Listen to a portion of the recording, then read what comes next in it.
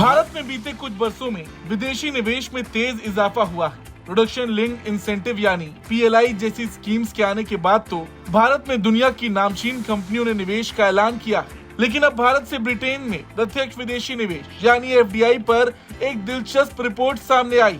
CII और Britain में भारत के उच्चायोग की संयुक्त रिपोर्ट में जानकारी दी गई है कि ब्रिटेन में भारत से FDI के मामले में महाराष्ट्र टॉप पर रहा है और इस राज्य में हेड ऑफिस रखने वाली कंपनियों की ब्रिटेन में भारत से गए FDI में 20% से ज्यादा की हिस्सेदारी रही।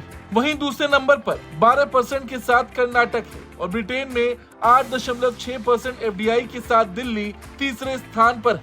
इस रिपोर्ट में रकम के हिसाब से कुल FDI की जानकारी नहीं दी गई, लेकिन इसमें इतना जरूर बताया गया कि भारत से ब्रिटेन में कुल FDI में टॉप 10 राज्यों की 78% हिस्सेदारी रही है।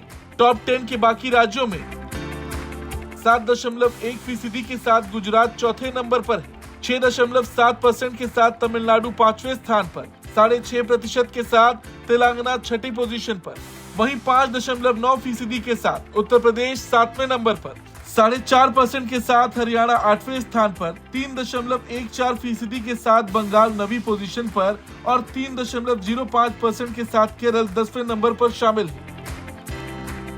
भारत की कंपनियां ब्रिटेन में सबसे ज्यादा निवेश IT और सॉफ्टवेयर सेक्टर में करती हैं। हालांकि भारतीय कंपनियों का निवेश कई सेक्टर्स तक फैला हुआ है, जिससे और भी कंपनियों ने वहां के ज्यादातर प्रमुख सेक्टर्स में अपनी बेहतरीन पकड़ बनाई है।